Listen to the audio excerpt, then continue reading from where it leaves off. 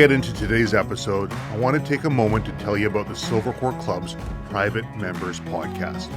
If you enjoy these longer conversations and want something a bit more personal, behind the scenes and practical, the private feed is where that happens.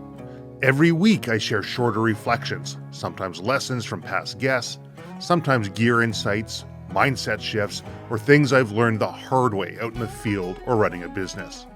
It's raw, it's real, and it's only for Silvercore Club members. This episode with Christian Schauf is a great tie-in. His company, Uncharted Supply Co., creates gear that's meant to actually work when it counts, not just sit on a shelf. Like many companies right now, they're navigating some heavy challenges with global tariffs. If you appreciate quality kit and you like what Christian and his team stand for, I'd encourage you to check out their site and support a business that's committed to doing things the right way. If being prepared and capable resonates with you, whether that means deepening your connection with the natural world, building useful skills, or simply living a more intentional and purposeful life, consider joining the Silvercore Club.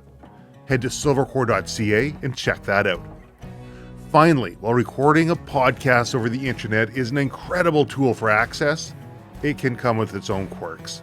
We had a small technical issue right at the end, and Christian's audio drops in quality just a little bit in the final minute. It's still understandable, but thank you for bearing with us and for your understanding.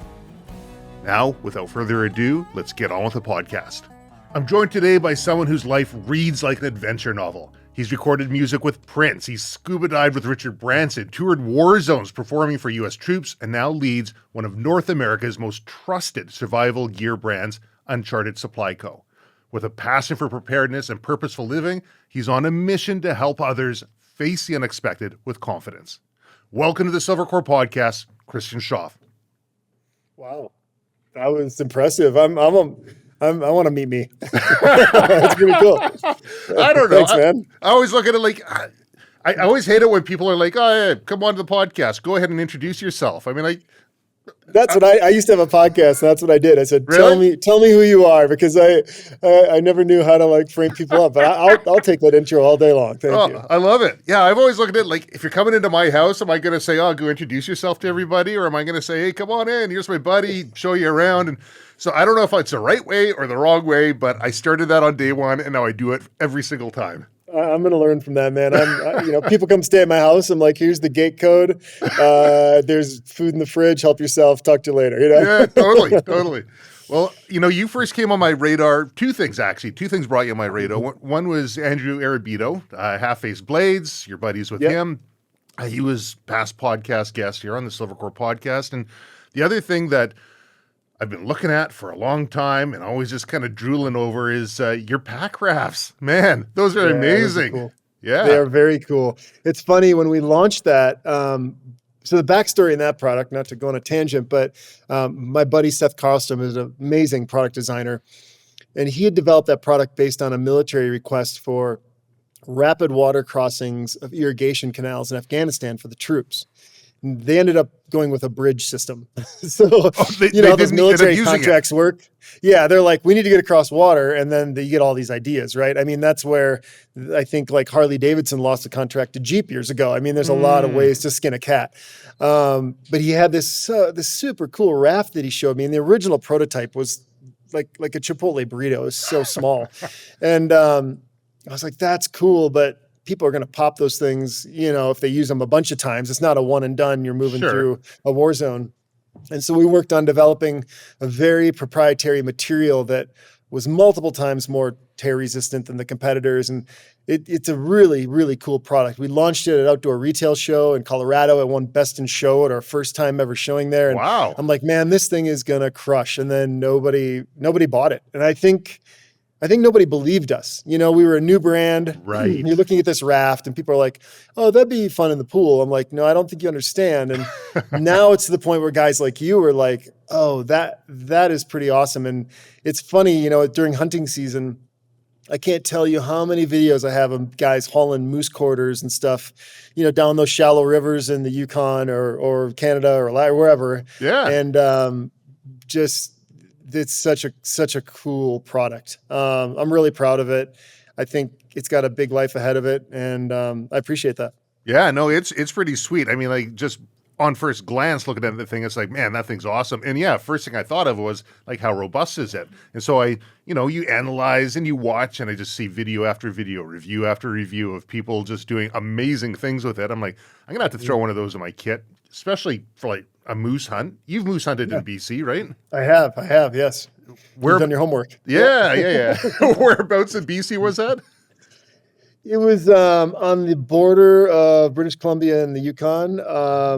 It was, man, I can't remember the exact name of the lake that we flew out of. Skeezer Lake or something like that. Okay. But yeah, I can tell you this, it was a 36-hour drive from Park City. I drove because I'm like, I'm getting a moose and I don't know how I'm going to get the meat back, but I better drive. So that was a long drive. That Alaskan highway was tedious and beautiful and amazing. And it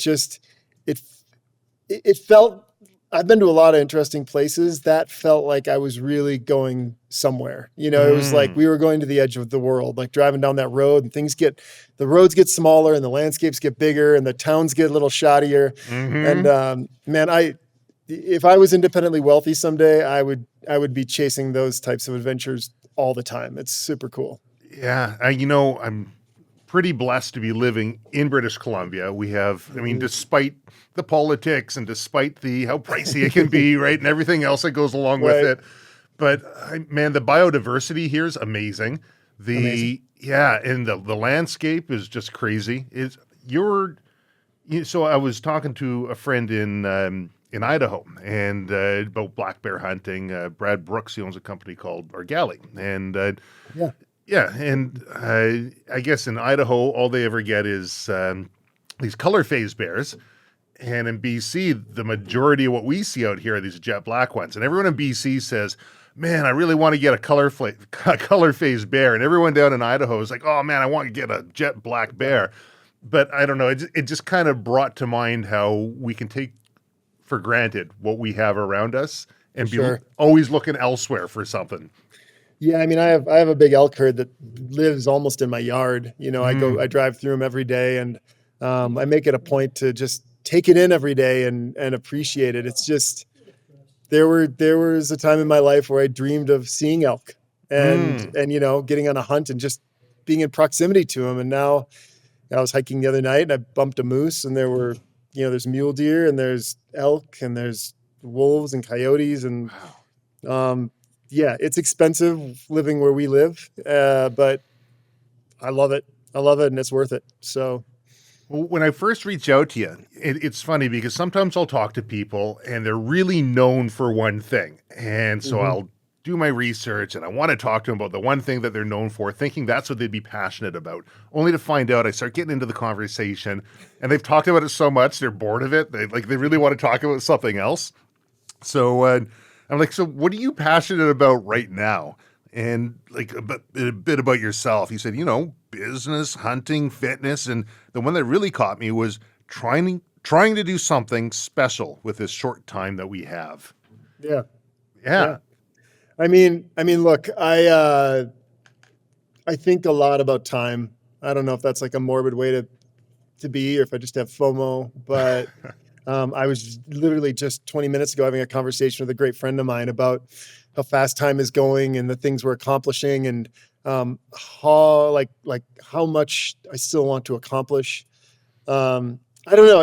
On one hand, we're like this speck on this planet in this solar system, and you can feel pretty insignificant. At the other time, it's like you got one life, and the Prefontaine quote, it's like to sacrifice anything but the best is sacrifice the gift, right? Like, yeah, I don't know. I come from a long line of hustlers, and I think it's in my DNA. And I've just always wanted to try to do something big, no matter if it's chasing the biggest game or trying to build a business or pushing myself, past where I'm comfortable. It's just, that's when I feel alive, I guess. And I want to feel alive as much as I can. Right. So that's what it comes down to for me. Does it ever feel overwhelming? Almost every day. Yes. Okay, good. Yeah. I mean, look, man, I'm 44 and single. I'd love to have a family. It's like, oh gosh, I need to really get on that. And then, you're you look back and it's like, I'm building this business for 7-ish years, 8 years. It's like, wow, that's a lot of time invested in that. And am I doing this right? Am I investing time in the right spot? Should I be doing something else? Should I have done something? You can go crazy thinking about all this stuff, but I'm a man of faith, and I just believe like you gotta follow your path and trust kind of where life's leading you, and give it your all every day. I think that's really what it comes down to. So life's led you on some pretty cool adventures. I mean, a couple of them I mentioned just in the beginning here. I left out a ton, and I didn't talk about hunting in Africa and adventures that you've had globally all over the world. But I mean, performing for the troops, was it 29 times that you did that? 39 trips to Iraq. 39. A minimum of 2 weeks at a time, over the better part of a decade, maybe 7 or 8 years. Yeah, that's a wild story. I played in a band for a long time. It's funny. I had kind of a garage band with my buddies and my brother, and I always said I'd stick with it as long as it kept growing, and it just kept growing. And, we had really interesting opportunities to be more famous, but at the end of the day, we kind of business minded, and we really built a nice program playing in kind of the Midwest. And I mean, we played in 30 some countries. We did a lot of cool stuff, but, that was a fun chapter in life. Met some really interesting people, got to play some really, I sang the national anthem once at a NASCAR race. It was 176,000 people in attendance. It was live on ESPN. The jets flew right over our head, and fireworks shot up our ass, at the end. And, those are experiences not a lot of people get. So I'm very blessed to have experienced those. It's been a ride, man. But we did that. I was kind of getting to the point where I'm like, I want to do something else. And the Pentagon saw us play a show at South by Southwest, which is like a music festival. And they asked us to go play for the troops, and it went really well. This is actually a funny story since we got time. Yeah. The first tour we go over and we play some shows in Kuwait. Kuwait bases, Arif John, those places they're kind of like Division III college campuses. There's a swimming pool and a gym and a Baskin Robbins and a library, and it's pretty casual. And then we get on these Ospreys and fly into this place called Camp Korean Village. And it was just almost all males, Marines, hadn't had any entertainment, pretty hardened, not a lot of, fun out there. And I remember sitting in the dining facility thinking, these guys just flew in 5 dudes to sing for like 200 sober dudes. Like, this is not only awkward, but this is not going to go well. And I look across the dining facility we're sitting in, and there's these, those coolers that they have like Cokes and stuff in. And there was a whole bunch of O'Doul's beers. And I was like, can we get like 50 beers on the stage? And I think the guy probably thought maybe we were alcoholics and we needed something, but we got on stage, we had a plan as a band, and we invited like the highest ranking officer up on the stage, and we made him stage dive into the crowd. And then we gave everybody beers. I'm like, we're going to have the biggest beer fight Iraq's ever seen. And we really learned to make the shows about the troops, right? It wasn't about, hey, listen to our music and these songs we wrote. It was like, hey, who can play guitar? What songs do you like? Who wants to sing? And we just made a party. And they said, hey, come back as much as you want. So on the second trip back, sorry, it's a little long, but on the second trip back, I was meeting with the chief of programs who was controlling all the entertainment. I was like, what's the hardest thing about your job? And he said, well, there's like 350 bases roughly, and I can't get bands to 300 of them. I was like, well, that's most of them. Why? And he said, well, these speaker systems are so big, we have to put them into a C-130 or a C-17, so we can only go with his landing strips. And at the time I'd been working, our sound guy was Prince's sound guy. Like, we were in with these guys that were the top of the game. And so we went home after that trip and figured out how to fit a speaker system into a Blackhawk helicopter by like hot rodding speakers and using like digital amps and just making the footprint smaller. And we pitched it to them, and that turned into years and years of not only, our band did 150 shows, but we sent even more, other bands, comedians. We did a thing called Bikes Over Baghdad, where we would build skate parks at the bases and do like a nitro circus type thing with BMX riders.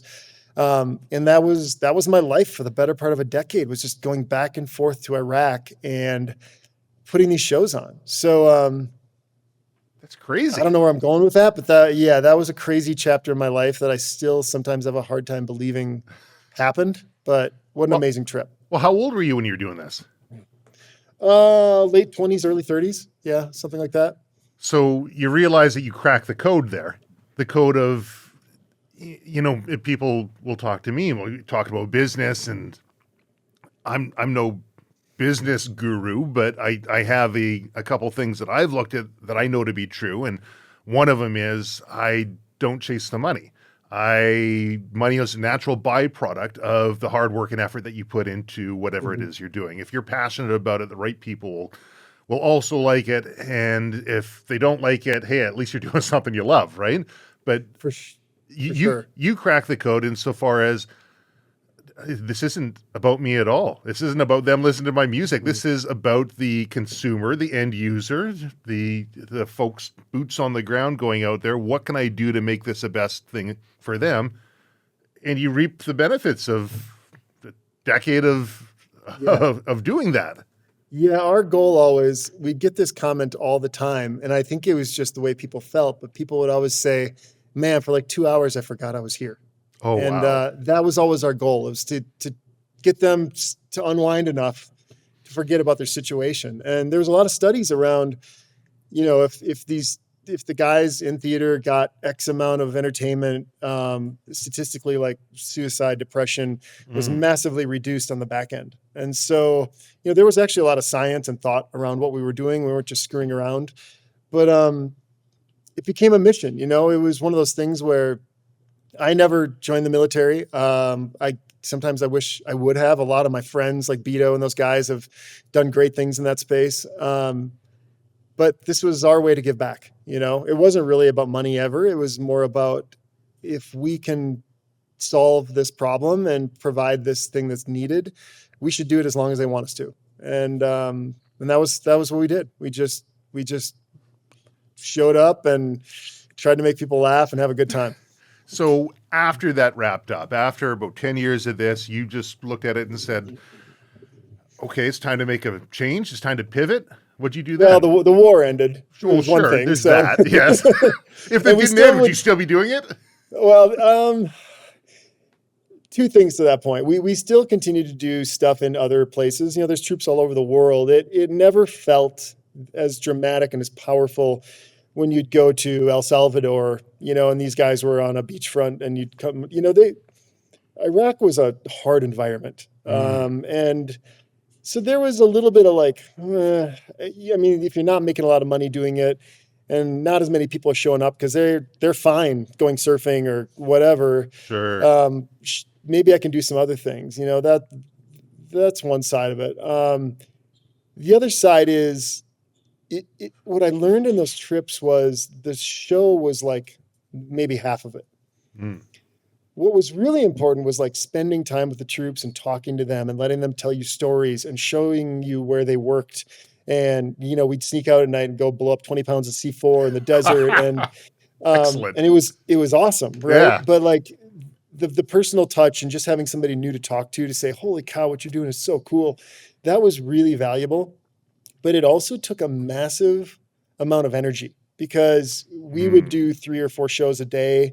You're setting up, and you don't have crew. You're setting up, tearing down, playing shows, getting in a Blackhawk, going to the next one. And then at night, these guys want to go do something else. And I saw after a while, my guys more and more seeking out Wi-Fi and air conditioning versus like looking for some mayhem to get into. Right. And that was kind of a big moment where I was like, you know what, it's time to start sending other people, so they're coming into it with fresh eyes and they can have that energy. So, look, it was a beautiful thing. I think we did a great job with it. I'm so thankful that we had that experience. But everything's got a season to it, and that was ours. Yeah, and that's that's a sign of a good entrepreneur, is knowing when to pivot, when to pull the plug, and when to move towards something more desirable. Yeah, absolutely. So what'd you move to after that? A lot of things. When I was home in between, like before we started going to Iraq, I had started with a guy named Joe Heron to build this hard apple cider company called Crispin Cider. Joe and I, I was working in Joe's attic. It was his business, his money, but it was him and I.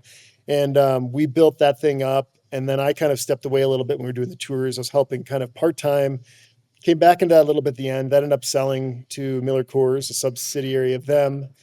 And then what was interesting is when we were doing these tours, we had so many brands that wanted to get involved and do things. So GoPro, Harley Davidson, Fox Racing, Texas Pete's Hot Sauce. We had these groups that were like, they just want to support the troops and do great things. And so we developed all these programs for them overseas. And then when I came home, they started hiring my brother and I to do more things for them in the States. So for a while, we started almost like a little agency where we were doing experiential stuff, marketing, events.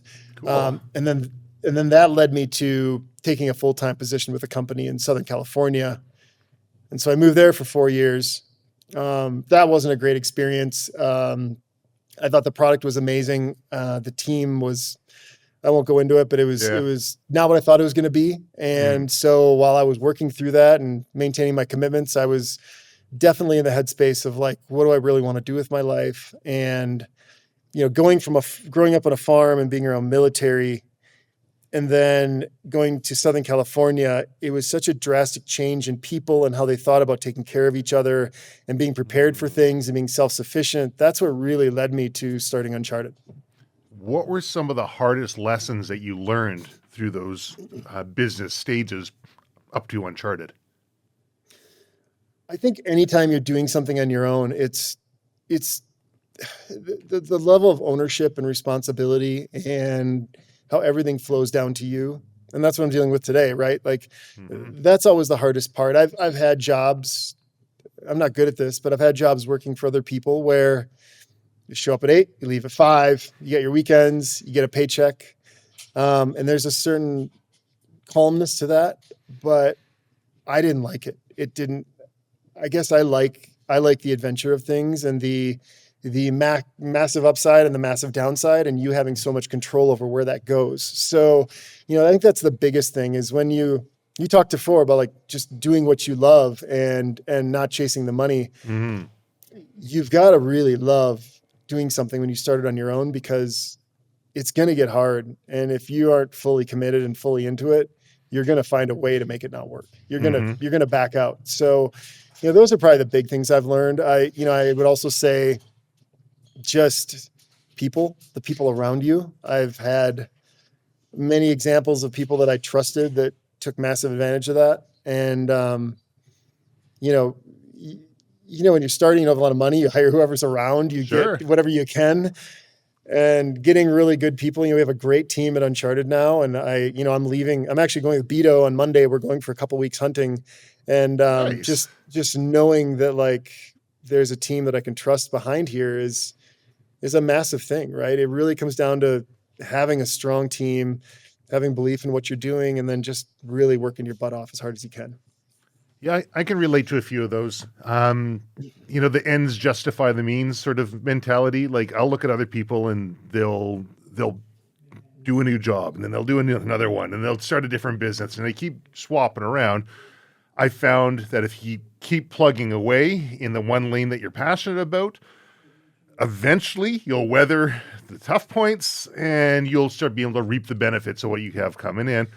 I think anyways. And that's sort of my optimistic perspective, but maybe they're smarter.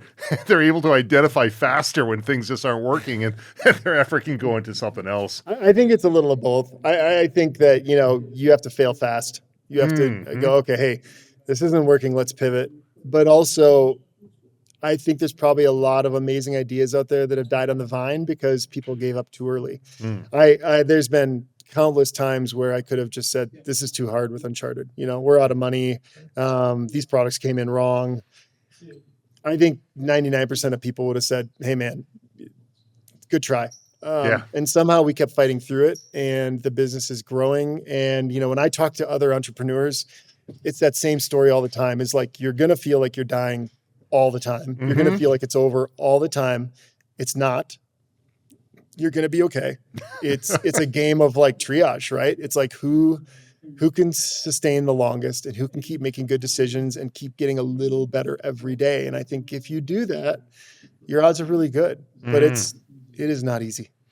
Yeah, for me, it's been a management process of not just how I kind of manage a company, but more how I manage myself on a day-to-day basis as emergent situations come up, how I manage dealing with that.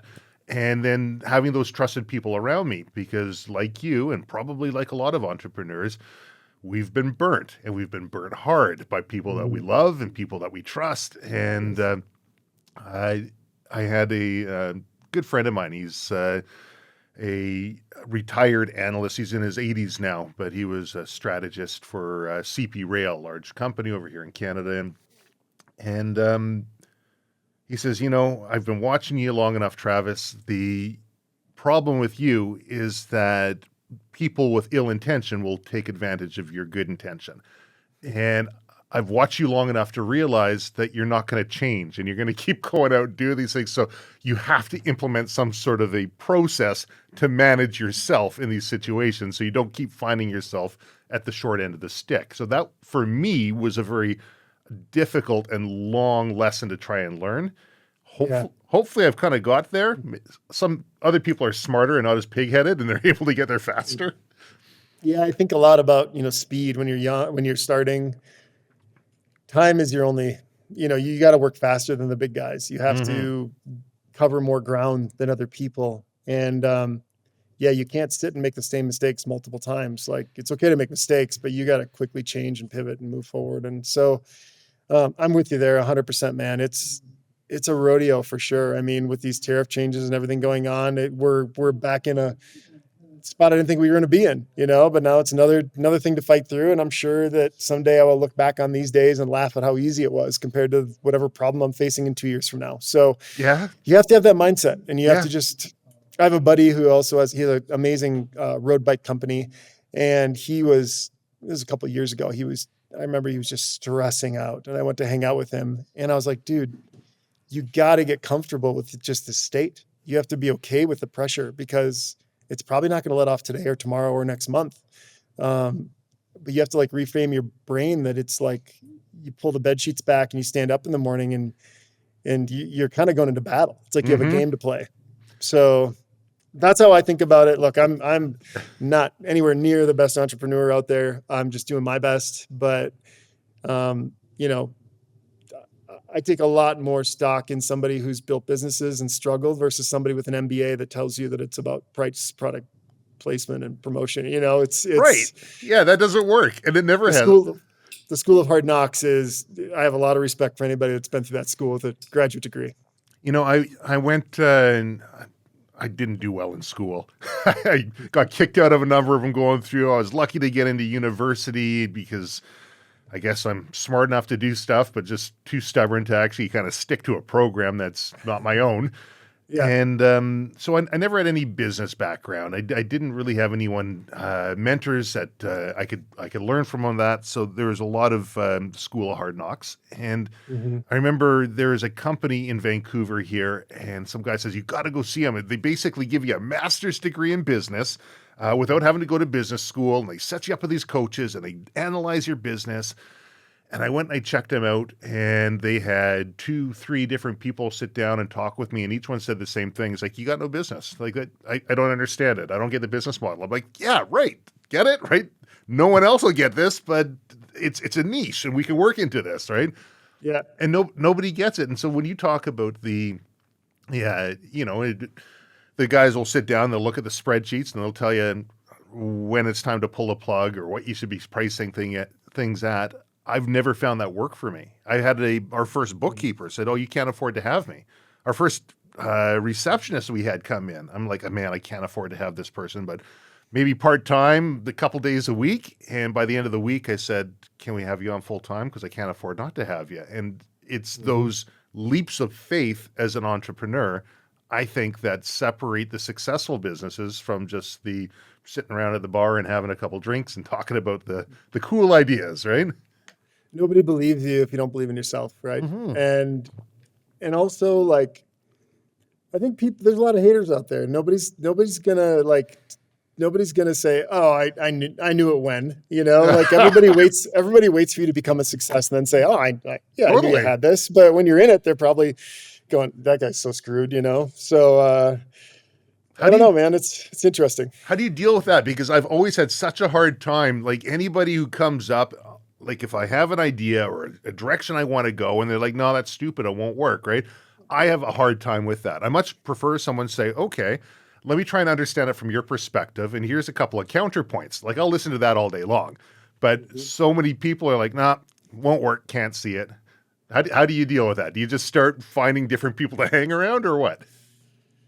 No, I mean, I've always said I don't want cheerleaders. I want people that are going to poke holes because I think if you can then address those holes, it makes you stronger, right? I was on Shark Tank one time and I watched hundreds and hundreds of episodes of Shark Tank because I wanted to know what holes they were going to try to find in me and have answers for those. It actually helped before I even knew I was going to be on Shark Tank. It helped me frame up this business because I'd watch those shows. And when there was a question I couldn't answer for my own business, I'd be like, I need to figure that out because that's meaningful. So, I don't know if you just ignore it or fix it. I think any feedback is good. But you have to have some belief in yourself because you got to trust your gut. And not blindly. I've seen people start businesses where I'm like, well, what's the market for that? It's very small, right? Like, there's some certain things you want to make sure, like, is there competition? Is there demand? Is there huge demand? How do you target? Like, can you build there's some real strategic things to that, to starting this. But at the end of the day, it's your gut. You got to believe in it. I mean, like I said, I would have been done a dozen times by now if I listened to people I trust. Yeah.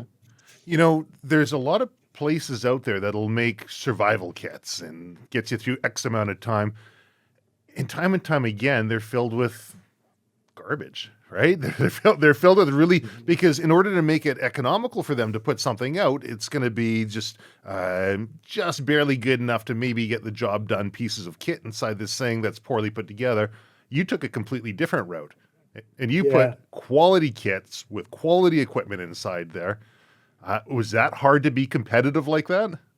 It still is. It's margin and making everything work is still a challenge every day. But like we said earlier, it's about audience, it's about authenticity. And if I'm telling you this kit is going to make a difference in an emergency and it doesn't, then who am I? Right. So, I think a lot about other brands. A classic example I like to use as an analogy to Uncharted is Yeti. I mean, we all went out and bought, not to trash on Coleman or something, but you go out and buy a Coleman cooler and it was cheap and it maybe lasted 3 or 4 trips. And, you didn't really like buying it. It was kind of necessity. And now you have people wearing Yeti baseball caps to country music concerts because it says something about who they are. And those things are 5 times as much money. So I think a lot about that. It takes a long time to build that trust and to build a brand where people go, okay, this is worth it. But if you can hang on, you can do it. That's how good brands, in my opinion,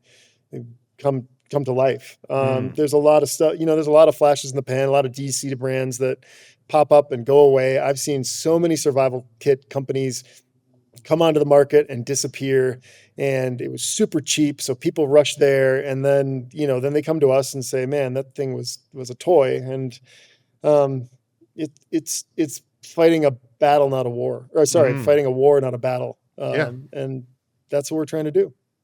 Yeah, it's kind of like you've seen Simon Sinek's talk on the Golden Circle and the why. Have you seen that one? Oh yeah, the why. Yep. Right. I mean, people don't buy what you do; they buy why you do it, and because it says something about them. It says that they're prepared, they're ready, they've got the confidence that they can go out with, and they're not the kind of person that's just going to buy some cheapo garbage toy, basically, and pretend. So right. Yeah. We always say, like, we want this to be like the superhero cape in the back of your car, right? Like, you can't wait to pull it out and put it on and save the day. Like that should be the feeling when you use our products. Like, that's the goal. Do you ever get stories back from people who've used them in emergencies? Oh, yes. Yeah. It's interesting. A lot of the stories are not that exciting because we cut the emergency off before it gets to be life or death. We have these jump starters that, for a lot of reasons, are a lot better than what's in the market. But more than anything, they're just reliable and they work when you need it. And imagine somebody that was out hunting, you're down to your last calories, you get back to your truck, it's freezing out, you don't have cell service, and now you left a dome light on, your car doesn't start, right? So do you have to hike back up a mountain? Do you have to go like pull that thing out, 20 seconds, problem solved. So now you're not camping out overnight. You're not getting hypothermia, whatever, right? So a lot of times we cut things off. That said, the world's been getting crazier and we get more and more stories. One of my favorite recent stories, a dad bought a kit for his daughter that went to college. And she kind of laughed at it a little bit, joked with her friends that her dad was, worried about things. And then those hurricanes hit the Carolinas. And that one kit kept her whole floor having fresh water. They were using the stuff in the kit to like charge their phones. They used a bunch of stuff, and it was transformative for them. And so, that's, man, if we end tomorrow and I know that I did that for a bunch of people, like it was, that's what we're doing. So it's good. So it's always difficult to kind of balance when you're putting together a survival kit, too much or too little. Yeah. Too minimalistic or too much gear that it's going to be so heavy a person won't pack it. But you've got a number of different tiers of what you have for like base camp or vehicle or individual or a pair of people. How did you research that? How did you look into what the need was? And is that a lot from your background or did you lean on other people? Both. I do have a lot of experience, but I always say I don't want to be the expert. So in my life, I've come across just some of the most amazing people. Dr. Eric Meyer, he's in Steamboat Springs, Colorado. If you ever watched the movie, the Summit, I think it's called, he was a part of an expedition up K2. There was the deadliest day in mountaineering history. And Eric saved a bunch of lives up there that day. I mean, he's a doctor. He's been up Everest a bunch. Wow. A high altitude medical expert. I counted on him a bunch. I counted on a bunch of friends that are SEALs and, special forces guys and medics. I talked to mountain guides that I trust, hunting guides that I trust. And I essentially started with an idea and I kept going back to them until they were like, this is pretty good. We kept adding, subtracting. And there's a lot of things, like you said, like some are big, some are small. People want to have this like huge container of things, but if you've got to move, then you're burning calories, you're getting sweaty, and that creates other problems. So what's the right weight? What's the right weight for a woman or for a larger frame like on a man? What do you really need to get through? Like how long do you need to get through? These are all things that we kind of reverse engineered from the time of emergency to make sure that, like, look, I'll say this. People think that like you need a bunker to survive things, right? You need to like stockpile all this stuff. But there was one statistic that really stood out to me, and that was that 95% of survival situations are resolved within 72 hours. So 95% of the time, you just got to get through 3 days. Okay, well, what do you need in 3 days? You don't need food. I mean, we have food in there, but you're going to be fine. You need water, you need shelter, you need the ability to breathe. You might need some first aid, maybe a way to charge some devices, some light. So it's really like if I went to you and said, well, you can spend $20,000 on a bunker and, build a building, or, for $300 or $400, this 11-pound kit is going to get you through 95% of the things. It's a pretty easy decision which way to go, I think, right? Yeah, it's a no-brainer. And so that was really the idea there. And then, it's not just the pieces, but if you've got a bunch of people that have never been in a situation like this before, they don't train for this, that their adrenaline's going to go through the roof. They might be compromised. So how do you address that? Well, our kits are all color coordinated with these instructions. So like if you open up our insert with all the stuff, the first aid is bright red. Everything, so you don't have to dig through your whole kit looking for first aid. You eliminate 70% of the kit and just go to the first aid. And then on the back, there's a red section that says first aid, all the steps and what you should do. So you can follow steps. It's paint by numbers. And then you start making good decisions. Your adrenaline starts going down, then you can make better decisions because you're thinking more clearly. And that's really been our goal, is like, how do you help people through a situation versus just give them a bunch of stuff that they don't know what to do with? Yeah, that's a brilliant point too. You get a pack full of stuff, people open it up and like, I've never seen this before. How do I use it? And yeah, I mean, even when I'm out hunting, it's like, what pocket is my headlamp in? It takes me 5 minutes with our kits, it's like, you know exactly where it is. It's right there. And those are really critical things when time is of the essence. And, maybe somebody's bleeding out, or maybe you are freezing and the sun's going down and you got to get warm fast, or whatever it is. Right. So it's not just tools. It's the ability to use the tools, and it's the ability to get somebody in the right mindset to continue to improve their situation and get through things. And that's how we try to frame everything up. Do you offer training courses? It's been a topic of discussion for a long time. The reality is at some point we will. We do some things here and there. Training is hard because we've really been a product company. Training as a whole, it's like propping up a whole other business. And historically, there have been other groups that do that. And it's kind of regional. It's something I want to do. It's something I want to get to. But as of today, we do our best to just offer great content online, great products, and solve that part of the equation. Smart. Well, maybe we'll talk offline here. I run a training company. So there you go. There you go. Might be able to lean on some of the mistakes I've made in the past and some of the things that I do well. I'm happy to share that with you. But I love that. So what, out of all your products that you sell, what's proven to be the most popular? Well, the old 80-20 concept. If you look at like 80% of our sales go into our jump packs, our first aid kits, and our survival kits. You talked about the raft. We make the raft, we make a hip pack, we make some other things, but really, and customers tend to buy all those things from us. So it oscillates throughout the year, what's going on. Like in the summer, it's more first aid kits, I think, because people are going out camping, hiking. They want something for that. In the, the winter seasons where people are a little more worried about maybe like traveling, survival kits, jump starters see an uptick. So everything kind of has its place and everything kind of moves throughout the year. But, we're getting to have a pretty solid product line now where no matter what your need is and your use case, there's a really, good solution for you. So it's somewhere in those products. So I got to imagine it's going to be a little like when you're building a product set out, you're going to be trying to think of the widest array of kind of possibilities and the widest demographic of people who've got lots of experience or people who have got zero experience. So it might be a little bit different than what you would pack for yourself. Let's say if you're going on a multi-day hunt or going on an adventure, what are some non-negotiables that you always want to have with you? Yeah, well, to make one more point there to that, I always say that camping and survival are like brothers. They're very, very similar.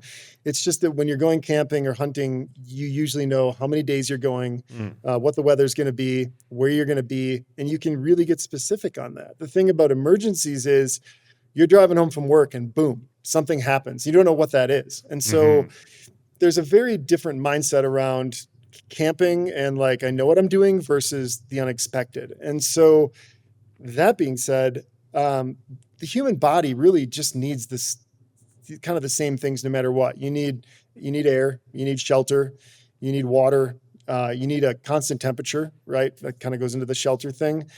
But if you can solve for those, to me, that's like the biggest part of the game, right? So non-negotiables that I keep with me, like personally for me, I think in concentric circles. My house is pretty well stocked, as you can imagine. My truck is very well stocked. Yep. If I'm going out to a campsite, I'll take, some heavy stuff up to the campsite. And then when I'm going out by myself, I've got something smaller and lighter. I always want to make sure I have enough coverage to get me back to the next stage.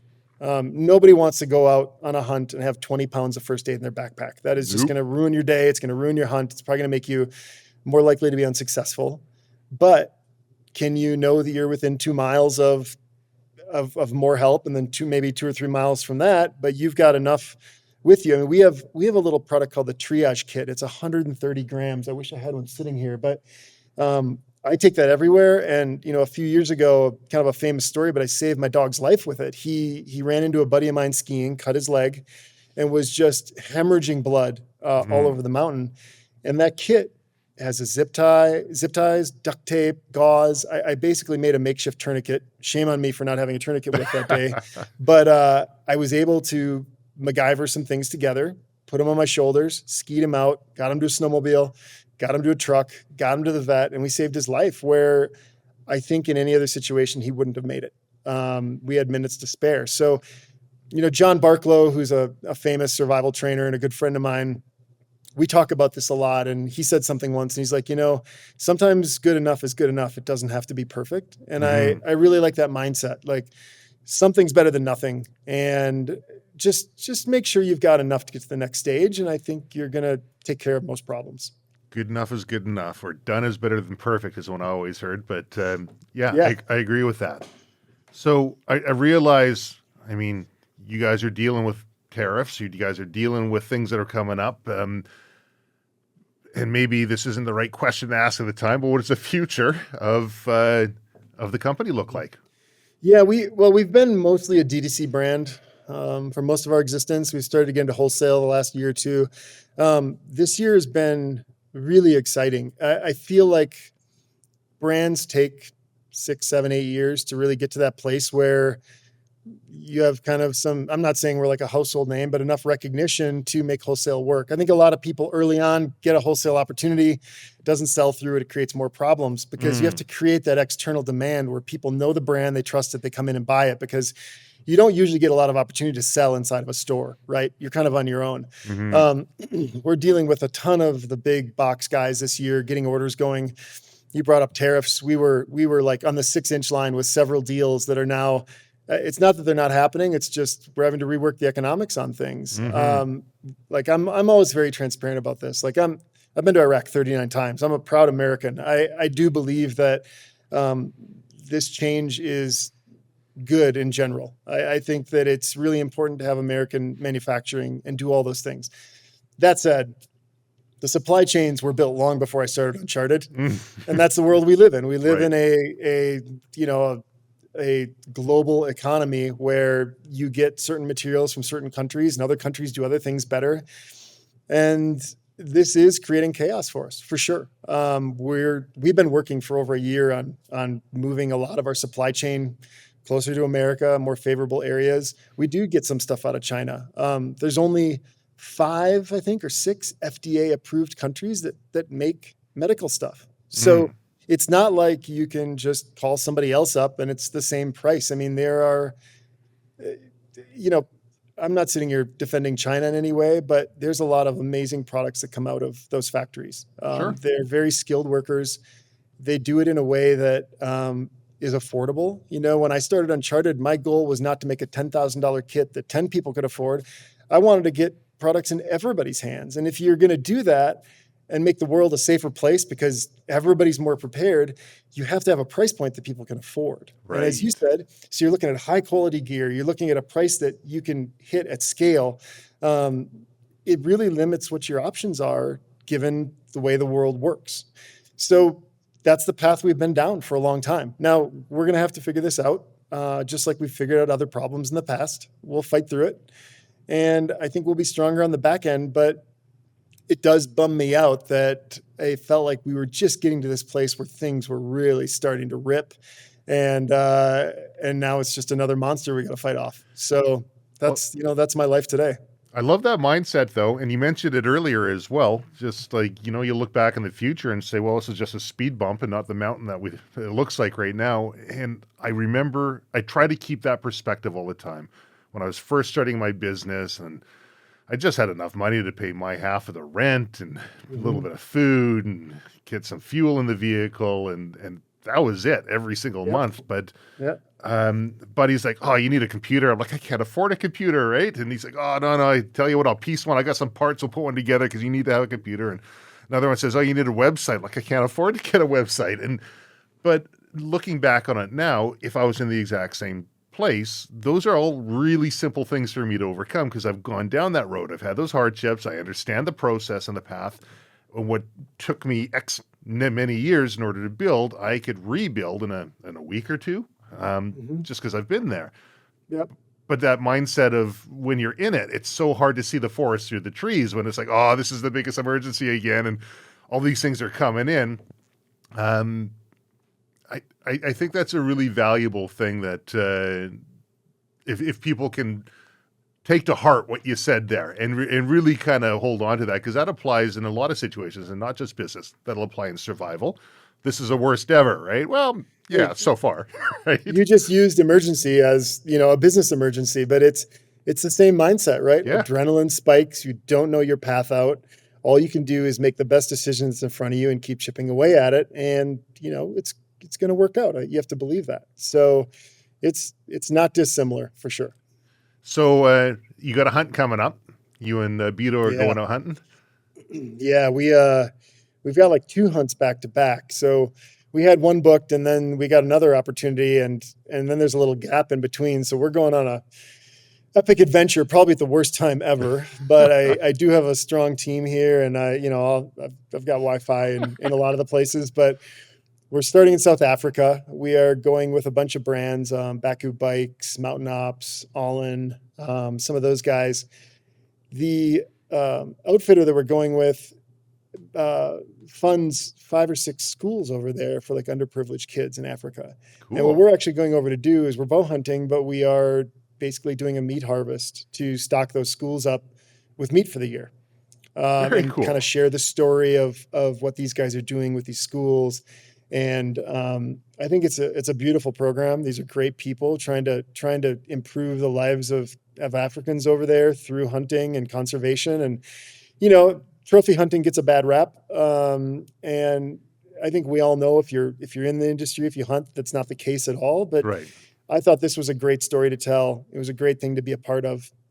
And I love going hunting with Beto. We've been on a bunch. And so that's step one. We're going to go do that. And then we go down to New Zealand, and he and I both are ambassadors for Christensen Arms and PSE bows. And so we're doing a stag and tar hunt with a rifle and a bow down in New Zealand. So Sweet.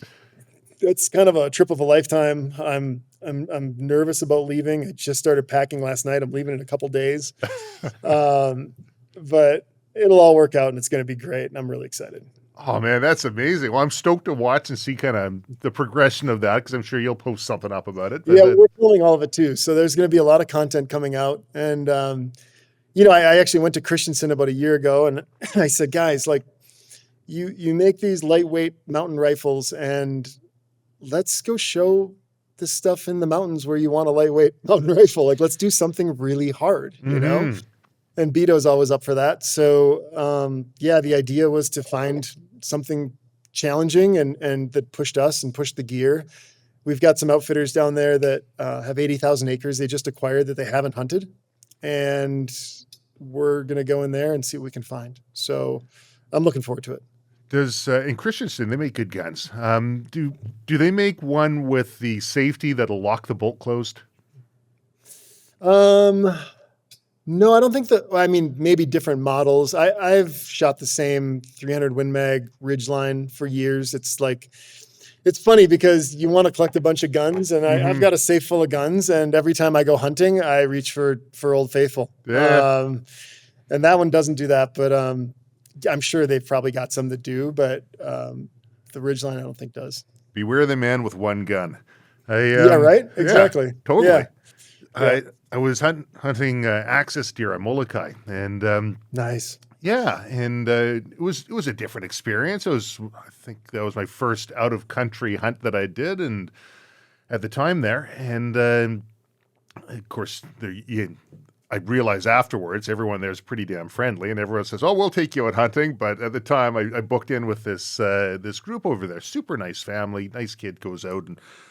But the way they hunt was different. A couple days prior, I was hiking through the hills and trying to get an idea of where the animals are and just watching them and getting a lay for the land. And I didn't realize that they have this side-by-side they'll take you around in. And they're like, oh, they'll come up on the hillside. You can wait for them. I'm like, well, that's not how I'm used to hunting, but I guess I'm learning something new. Okay, fair enough. And anyways, I said, well, nothing was coming up, and I said, I kind of want to walk through this draw here, and I got a feeling there'll be some down there. And he's like, I don't know, we never really do that. Anyways, we go on down, we go through it, and sure enough, spot these antlers, big antlers, and the guide's looking. He's like, you got one there? I'm like, yeah, I see it. Okay. He's like, well, are you going to shoot it? I'm like, well, I don't know what direction it is. It's all covered by bush. All we see is like the bit of the antlers coming out here. I'm going to wait to see what this is. And we're pretty close. He's like, just pop one in there. You'll get it, right? I'm like, no, I want to see what I'm shooting at, right? And so anyways, he'd lent me a Christensen, and I'm used to using my Seiko, Seiko, and of course with the safety on, the bolt locks on that one. In the muscle memory on this one, anyways, axis deer, beautiful deer pops up. I'm like, yeah, not a problem. I got time. Here we go. And click. whoops, and I quickly racked around to get it in, and I couldn't get back on it, and that guy was gone. I had more opportunities, but I was like, damn it, I gotta always make sure I got my bolt down on there. Different platform. I'm very particular about taking equipment that I just am almost brain dead on. I've used it so much. I don't like when it's like, oh, you can just use our guns. Like, I'm sure your guns are great. I know my gun and I know my bow, and I'm with you, man. I always say when you're going out on those hunts, there's so many uncontrollables that will happen that it's a disservice to you and the animal if you don't have all the controllables completely dialed in beforehand. Your fitness, knowing your equipment, knowing your dope, that stuff should be just like, you don't think about it. You should shoot so much that it's just boom. And, every year we do total archery challenges. We sponsor it as a brand. And I probably shoot 10 or 15 of those courses throughout the summer. I'll do 1 or 2 every day. We go to those events. And by the time archery season rolls around, it's always funny. Like when I pick up, I let the bow sit for a couple months, maybe in the winter, and I pick it up again. It's so amazing to me how foreign it feels. It's a perishable skill. It is. It totally is. Because by the time I'm going out to hunt, it's like my hands are doing things, checking things I'm not even thinking about because you've done it so many times. So yeah, axis deer, you don't get much of a second chance with those guys. I've hunted them a lot, and that is a sketchy animal. They like to keep their head on a swivel, and getting them is a little harder than you think. So, well, I was pretty stoked that we're able to get that close to it and get up on it. It was easily within bow distance. And yeah, wow. I borrowed a rifle from him. My wife was there as well. She borrowed one from them as well because Canadian bringing guns in. But in hindsight, like I brought the Kestrel with me. I went through. I said, just give me what's your twist weight rate? What kind of bullets we're using? What's the length? And just try and get my head wrapped around so everything's just second nature as best as I can. And went sighted in the day before. But there's no substitute for beware the man with one gun. Beware the person who knows their kit intimately. Absolutely. So there's 2 things that you brought up that I thought would be interesting to kind of touch on right at the end, and that was faith and legacy. So you brought those 2 things up. You're talking about legacy and it'd be great to have a family, and you brought up faith. Do you talk much about either of those? Yeah, sure. I'm happy to talk about it.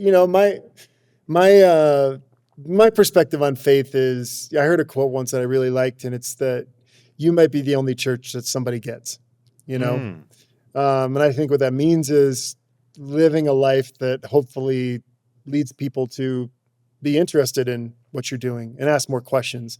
I'm not a Bible beater. Maybe I should be. I'm not shy about anything, but I've always taken the most stock in people that lead by example and make you go, man, what is it about that guy that gives him that aura or that piece about him, or makes people surround him? And I want to be one of those people. So that's what I think about a lot. I'm always happy to talk about it in depth. I think with the life I'm trying to lead, well, anybody, that should be your foundation. I think there's a lot of things in life that don't make sense. There's a lot of things you can't see how they're working out in your favor. And for me, it's a belief system that doing the right work and working to be the best person you can be and doing things the way, God wants you to, that your path is going to be the best. So, that's how I do things. I'm definitely not perfect. I don't think anybody is, but I strive to do that every day. And that's my goal. It comes through, and it's inspiring looking at all the different adventures that you go on, and show me your friends will show you who you are. You're associating with other people out there that are like-minded. And I think it has an effect on other people who you interact with. And even those people, social media is wonderful that way. Even people you never get to see, they'll look at it and they'll say, man, that's a good idea. Or that's a neat path that he's kind of choosing. Maybe I should recalibrate mine. Maybe that can help me. So I really do agree with that lead by example philosophy. Yeah, I think, like I said, that's where I've always found the power in people. show me your friends. I've actually cut people out is probably a rough term, but I'm in a small town here in Park City. There's not a huge population of people, and I've had a friend group I've hung out with a lot over the years, and in the last year or two, it felt like I don't want to say I outgrew them. Maybe we changed, but our interests were definitely different, and what we took value in was definitely different. And I think a big part of that too was that I started to get more and more really good friends, guys like Beto, my buddy Kevin Miller. I don't know if you know who Kevin is. He was a hockey player for the Bruins. He's in the hunting space. He just moved to Montana now, but there's just a handful of guys like that. My buddy Brent Phillips, he's out on the East Coast. I started hanging out with guys like that, and I'm like, well, I don't feel like an alien anymore. I'd go out and I was always like, why don't I connect? I feel, doesn't feel like I feel like friends on a sitcom feel, Yeah. And then you get with these guys and it's like, oh, these are my people. And it really just made me reassess where I was spending my time and what I was investing in. And admittedly, I spend a lot more time alone now because I'm not going out with those crews, but I definitely feel happier and more fulfilled. I just feel like you got to make tough decisions to separate yourself from people. And I've admittedly more alone, probably spend more time alone than I have in the past, but I feel happier. I feel more clear. I value the time I spend with the right people. So I think as you grow, you make decisions. And like you said, the friends you're around dictate a lot about your life. And I think it's an important thing to think about. They do. And, there's a phrase that I think about often, and it's, am I running away from something or am I running towards something that's more desirable? And that little perspective shift, I think, like when some people say, well, I got to keep doing this, I got to keep plugging away on this because whatever, I don't want to be a quitter, I don't want to run away. Well, are you quitting, or are you choosing a more desirable path that you can move towards? And like yourself, I don't know if the right words for me is outgrowing or different direction or whatever it might be, but you start to learn more about what fuels you and what you're truly capable of being able to provide to other people. And why would I want to waste time, which is my most precious commodity that I have, going down routes that don't align with that. And once you start finding your tribe or finding those people who have the same drive and the same goals and aspirations and positivity, holy crow, it's a force multiplier. Yes. Yeah, it really is. And a life improvement too. Everything works better when you're around the right people. It's a powerful thing. Is there anything that we haven't talked about that we should be talking about? Boy, I don't know. I don't really have an agenda.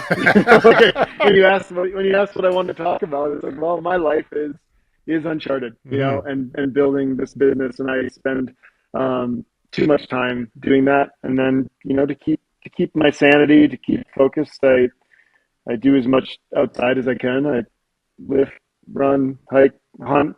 That's like my balancing mechanism. I feel like we've talked quite a bit about that. I mean, open book here, but nothing I'm trying to push on anybody, that's for sure. Well, what I'm going to do is I'm going to push for you, and I'm going to make sure we put links in the description. It'll be up on YouTube and on the podcast, Uncharted Supply Co. And if people want to see more about what you're doing, I'll put links to your Instagram and social media in there so they can find out more, and have your website so they can peruse through and see all the cool kit that you have in there, and start stocking up so that they're prepared should something go awry. Yeah, look, I mean, the message with that, I say it all the time. It feels expensive when you buy it, and it's priceless when you need it. We're living in a world where I think of COVID as chapter 1 in a new book we're all in. Mm-hmm. I don't think the world's getting any more calm anytime soon. And we don't know what's going to happen tomorrow. We really don't. My goal, I'm not a fear-based guy. I'm not a prepper. I don't have a bunker. I just want to live like a big, healthy life. And, the right tools and the right education can help you do that no matter what comes your way. And I think that's always our message here. It's like, man, go live your life. Do the things you want to do. But live to see tomorrow too. Like, make sure you've got a plan for you, for those around you, your kids, your wife, your neighbors. You know, the world needs heroes. The world needs people that are helping.